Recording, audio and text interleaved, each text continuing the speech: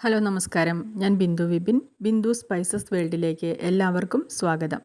ഇന്ന് ഞാൻ വന്നിരിക്കുന്നത് നല്ല സോഫ്റ്റായ ഇഡലിയുടെ റെസിപ്പി ആയിട്ടാണ്. പലർക്കും ഇഡലി ഉണ്ടാക്കുമ്പോൾ സോഫ്റ്റായി കിട്ടുന്നില്ല, കട്ടിയായി പോകുന്നു എന്നൊക്കെ പരാതിയുണ്ട്. രാവിലെ ഉണ്ടാക്കുന്ന ഇഡലി വൈകുന്നേരം വരെയും സോഫ്റ്റായിട്ടിരിക്കാൻ എന്തെല്ലാം കാര്യങ്ങളാണ് ശ്രദ്ധിക്കേണ്ടത്? അരിയും ഉഴുന്നും എത്ര അളവിലെടുക്കണം? അതെങ്ങനെ അരച്ചെടുക്കണം? എന്തൊക്കെയാണ് ഇഡലി സോഫ്റ്റ് ആവാൻ നമ്മൾ ശ്രദ്ധിക്കേണ്ട കാര്യങ്ങൾ? ഇതെല്ലാമാണ് ഇന്നത്തെ ഈ വീഡിയോയിൽ ഞാൻ പറയുന്നത്. അപ്പോൾ വീഡിയോ സ്കിപ്പ് ചെയ്യാതെ മുഴുവനായിട്ട് എല്ലാവരും കാണണേ. ഈ വീഡിയോ നിങ്ങൾക്ക് ഇഷ്ടമാവുകയാണെങ്കിൽ ലൈക്ക് ചെയ്യാനും ഷെയർ ചെയ്യാനൊന്നും മറക്കരുത്. പിന്നെ എൻ്റെ ചാനൽ സബ്സ്ക്രൈബ് ചെയ്യാനും ബെൽ ബട്ടൺ പ്രസ് ചെയ്ത് ഓൾ എന്ന ഓപ്ഷൻ കൊടുക്കാനും മറന്നു പോകരുത് കേട്ടോ. അപ്പോൾ രാവിലെ മുതൽ വൈകുന്നേരം വരെ സോഫ്റ്റായി ഇരിക്കുന്ന ഇഡലി എങ്ങനെ തയ്യാറാക്കാമെന്ന് നമുക്ക് നോക്കാം. പുഴുങ്ങല്ലരി 2 കപ്പ്. ഞാൻ പൊന്നിയരിയാണ് എടുത്തത് കേട്ടോ. 2 കപ്പ് പൊന്നിയരിയാണ് എടുത്തത്. നിങ്ങൾ സാധാരണ ചോറ് വയ്ക്കാൻ എടുക്കുന്ന ഏത് പുഴുങ്ങല്ലരി വേണമെങ്കിലും ഇതിനു വേണ്ടി ഉപയോഗിക്കാം. ഇത് നന്നായിട്ട് കഴുകി വെള്ളം ഒഴിച്ചിടണം. 1/2 കപ്പ് ഉഴുന്ന്, 1/2 ടീസ്പൂൺ ഉലുവ, ഇതും നന്നായിട്ട് കഴുകി വെള്ളം ഒഴിച്ചിടുക. ഇനി ഇത് രണ്ടും ഇവിടെ ഇരിക്കട്ടെ. മിനിമം ഒരു 5 മണിക്കൂറെങ്കിലും ഇത് കുതിർന്ന് കിട്ടണം. അരിയും ഉഴുന്നൊക്കെ വെള്ളത്തിലിട്ട് വെച്ചിട്ട് 6 മണിക്കൂർ കഴിഞ്ഞു. ഇനി ഇതെല്ലാം നന്നായിട്ട് അരച്ചെടുക്കാം. ഇതെങ്ങനെയാണ് അരച്ചെടുക്കേണ്ടതെന്ന് ഞാൻ കൃത്യമായിട്ട് പറഞ്ഞുതരാം. ഈ ഉഴുന്നിട്ട് വെച്ചിരിക്കുന്ന വെള്ളം ഉപയോഗിച്ചിട്ടാണ് നമ്മൾ ഇത് അരച്ചെടുക്കുന്നത്. മിക്സിയുടെ ജാറെടുത്തു, അതിലേക്ക് ഉഴുന്നിട്ട് കൊടുക്കാം. ഉഴുന്നും ഉലുവയും ഉണ്ട് കേട്ടോ. ഇനി ഉഴുന്നിട്ട് വെച്ച വെള്ളം, അതിൽ നിന്ന് ഞാൻ 1/2 കപ്പ് വെള്ളം ഇതിലേക്ക് ഒഴിച്ചു കൊടുക്കുകയാണ്. മൊത്തം 1 കപ്പ് വെള്ളം ഉണ്ടായിരുന്നു. 1/2 കപ്പ് വെള്ളം ഞാനിതിലേക്ക് ഒഴിച്ചു. ഇനി ഇതൊന്ന് അരച്ചെടുക്കാം. ഉഴുന്ന് ചെറുതായി ഒന്ന് അരച്ചെടുത്തു. ഇനി ഇതിലേക്ക് 1/4 കപ്പ് ചോറ്, 1/2 കപ്പ് ഉഴുന്നാണ് എടുത്തത്, അതിലേക്ക് 1/4 കപ്പ് ചോറ്.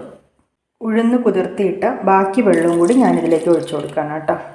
1/2 കപ്പ് വെള്ളം ബാക്കിയുണ്ടായിരുന്നു. മൊത്തം 1 കപ്പ് വെള്ളം ഇപ്പോൾ ഒഴിച്ചു കൊടുത്തു. ഇനി ഇത് നന്നായിട്ട് അരച്ചെടുക്കാം. ഉഴുന്ന് നല്ല ഫൈനായിട്ട് അരച്ചെടുത്തു. ഉഴുന്ന് നന്നായിട്ട് അരച്ചെടുക്കണം കേട്ടോ. 2-3 മിനിറ്റ് നന്നായിട്ട് അരച്ചെടുക്കണം. നല്ല ഫൈനായിട്ട് അരഞ്ഞു കിട്ടണം ഉഴുന്ന്. ഇനി ഇത് ഈ പാത്രത്തിലേക്ക് പകർത്താം. ഇനി ഇതേ ജാറിലേക്ക് അരി ഇട്ട് കൊടുക്കാം. 2 കപ്പ് അരിയാണ് ഞാൻ വെള്ളത്തിലിട്ട് വെച്ചിരുന്നത്. 2 കപ്പ് അരി മൊത്തം ഞാൻ ഈ ജാറിലേക്ക് ഇട്ട് കൊടുത്തിട്ടുണ്ട്. അരി ഇട്ട് വെച്ച വെള്ളം നമ്മൾ കളയും കേട്ടോ. വെള്ളം കളഞ്ഞിട്ട് അരി മാത്രമാണ് ജാറിലേക്ക് ഇട്ട് കൊടുത്തിരിക്കുന്നത്. അരി അരയ്ക്കാൻ വേണ്ടി ഞാൻ 1 കപ്പ് തണുത്ത വെള്ളമാണ് എടുത്തിരിക്കുന്നത്. ഫ്രിഡ്ജിൽ വെച്ച വെള്ളമാണ്. അപ്പോൾ അതിൽ നിന്ന് പകുതി വെള്ളം ആദ്യം ഒഴിച്ചു കൊടുക്കാം. ഇനി ഇതൊന്ന് അരച്ചെടുക്കാം. അരി പകുതി അരഞ്ഞു. ഇതിലേക്ക് വെള്ളം കുറച്ചുകൂടി ഒഴിച്ചു കൊടുക്കണം. ഒരു 1/4 കപ്പ് വെള്ളം കൂടി ഒഴിച്ചു കൊടുക്കുന്നുണ്ട്. അങ്ങനെ കുറേശ്ശെ വെള്ളം ഒഴിച്ചിട്ട് വേണം അരി അരച്ചെടുക്കാൻ കേട്ടോ. അപ്പോൾ അതൊന്നും കൂടി അരച്ചെടുക്കട്ടെ. ഇത് അരി അരച്ചെടുത്തു. 2 കപ്പ് അരി 3/4 കപ്പ് വെള്ളം കൊണ്ടാണ് ഞാൻ അരച്ചെടുത്തത് കേട്ടോ. വെള്ളത്തിൻ്റെ കാര്യത്തിൽ ചെറിയ ഏറ്റക്കുറച്ചിലൊക്കെ ഉണ്ടാവും. നിങ്ങൾക്കിത് ശരിക്കും അരഞ്ഞ് കിട്ടുന്നില്ലെങ്കിൽ 1/4 കപ്പ് വെള്ളം കൂടി ഒഴിച്ചു കൊടുക്കാം. അരി അരഞ്ഞത് ഞാൻ കാണിച്ചു തരാം. ഇതാ ഈ രീതിയിലാണ് ഇത് അരച്ചെടുക്കുന്നത്. ഒരുപാട് ഫൈനായിട്ടല്ല, എന്നാൽ നല്ലോണം തരിതരിയല്ല, ചെറുതായിട്ടൊരു തരിതരിപ്പ് വേണം കേട്ടോ. കണ്ടു, ഈ ഒരു രീതിയിലാണ് ഈ മാവ് ഇരിക്കേണ്ടത്. ഇങ്ങനെ അരച്ചെടുത്താലാണ് നല്ല സോഫ്റ്റായിട്ടുള്ള നല്ല ഇഡലി കിട്ടുക കേട്ടോ. അപ്പോൾ ഇനി ഈ അരിമാവ് നമ്മൾ ഉഴുന്ന് അരച്ച് വെച്ച പാത്രം ഉണ്ടല്ലോ, അതിലേക്ക് തന്നെ പകർത്താം. അരി അരച്ചത് നല്ല കട്ടിയിലാണ് അരിഞ്ഞു കിട്ടിയിരിക്കുന്നത് കേട്ടോ. ഇത് വീഴുമ്പോൾ നിങ്ങൾക്ക് മനസ്സിലാവുണ്ടാവും ഈ മാവ് ഒരുപാട് ഫൈനായിട്ടല്ല അരച്ചിരിക്കുന്നത്. ഞാൻ നേരത്തെ കാണിച്ചു തന്നില്ലേ എങ്ങനെയാണ് മാവിൻ്റെ അരവ് ഇരിക്കുന്നതെന്ന്. ഒരുപാട് ഫൈനല്ല, ഒരുപാട് തരിതരിപ്പുമല്ല. ഇത് മുഴുവനും ഞാൻ ഈ പാത്രത്തിലേക്ക് പകർത്തട്ടെ കേട്ടോ. അങ്ങനെ അരി അരച്ചത് മുഴുവനും ഈ പാത്രത്തിലേക്ക് പകർത്തി. ഇനി ഇത് നന്നായിട്ട് കലക്കി വയ്ക്കണം. അതിനു മുമ്പ് ഞാൻ ഇതിലേക്ക് ആവശ്യത്തിനുള്ള ഉപ്പ് ചേർക്കാം. ചിലരൊക്കെ പറയും രാവിലെ ഇഡലി ചുടാനെടുക്കുമ്പോൾ ഉപ്പ് ചേർത്താൽ മതിയെന്ന്. പക്ഷെ ഞാൻ തലേ ദിവസം തന്നെ മാവ് കലക്കി വയ്ക്കുന്ന സമയത്ത് തന്നെ ഉപ്പ് ചേർക്കാറുണ്ട് കേട്ടോ. കാരണം രാവിലെ ചിലപ്പോൾ ഞാനത് മറന്നു പോകും. അതുകൊണ്ട് മാവ് കലക്കി വയ്ക്കുമ്പോൾ തന്നെ ഉപ്പ് ചേർക്കുന്നതാണ് എൻ്റെ രീതി. ഇനി ഞാൻ ഈ മാവ് നന്നായിട്ട് കലക്കി വയ്ക്കട്ടെ. ഇത് കൈകൊണ്ട് കലക്കി വയ്ക്കാം. കൈകൊണ്ട് കലക്കി വയ്ക്കുന്നതാണ് ഏറ്റവും നല്ലത് കേട്ടോ. നന്നായിട്ട് മാവ് പൊങ്ങി വരാനൊക്കെ നല്ലത് കൈകൊണ്ട് കലക്കി വയ്ക്കുമ്പോഴാണ്. പക്ഷേ ഇത് ഉപ്പിട്ടിട്ട് കലക്കി വയ്ക്കുകയാണല്ലോ ഞാൻ ചെയ്യുന്നത്. അതുകൊണ്ടാണ് ഞാനിത് കൈകൊണ്ട് കലക്കാത്തത്. ചിലപ്പോൾ നാളത്തേക്ക് നന്നായിട്ട് പുളിക്കും. അപ്പോൾ അതുകൊണ്ട് അധികം പുളി വേണ്ടാന്ന് വിചാരിച്ചിട്ടാണ് ഞാൻ കൈകൊണ്ട് കലക്കാതെ ഇതുപോലെ ഒരു തവി ഉപയോഗിച്ച് കലക്കുന്നത് കേട്ടോ.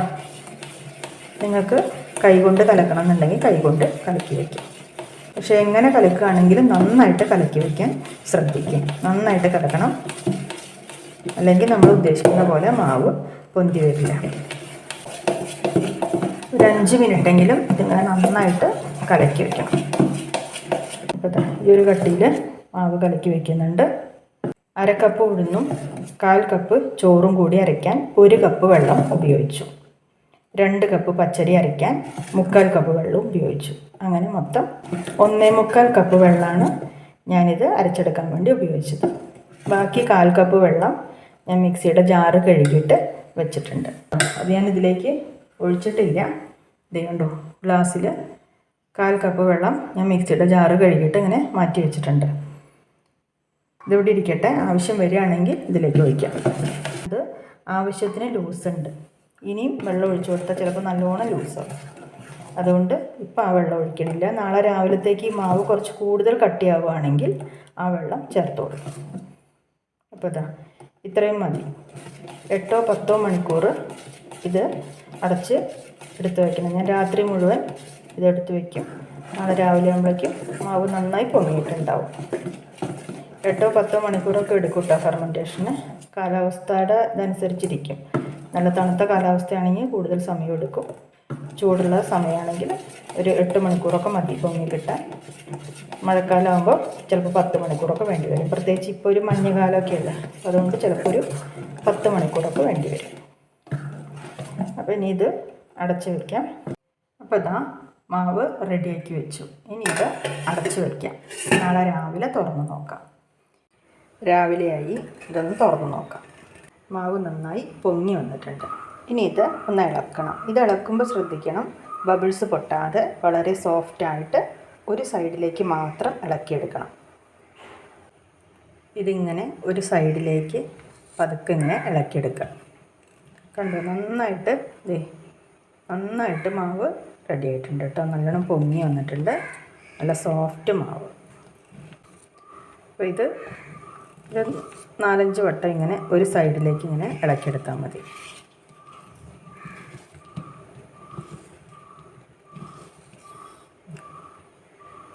ഇത്രയും മതി. ഇനി ഇഡലി ഉണ്ടാക്കാം. ഞാൻ ഇഡലി കുക്കറിലാണ് ഇഡലി ഉണ്ടാക്കുന്നത് കേട്ടോ.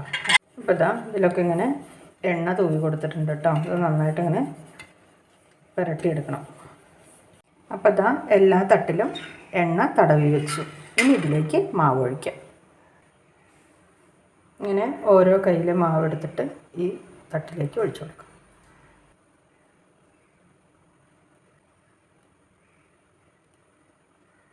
ഇങ്ങനെ എല്ലാ തട്ടിലും മാവ് ഒഴിച്ചെടുക്കാം. എല്ലാ തട്ടിലും മാവ് ഒഴിച്ചു. ഇനി ഇത് അടുപ്പത്ത് വെച്ച് വേവിച്ചെടുക്കാം. ഇഡലി വെന്തോന്ന് നോക്കാം.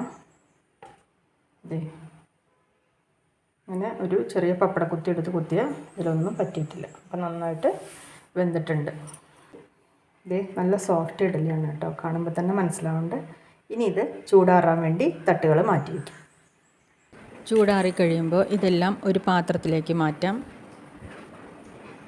നല്ല സോഫ്റ്റ് ഇഡലിയാണ് കേട്ടോ. നല്ല സോഫ്റ്റായിട്ട് കിട്ടിയിട്ടുണ്ട്. അപ്പോൾ ഇനി ഇഡലി സോഫ്റ്റായിട്ട് കിട്ടുന്നില്ല എന്ന് ആരും പരാതി പറയരുത് കേട്ടോ.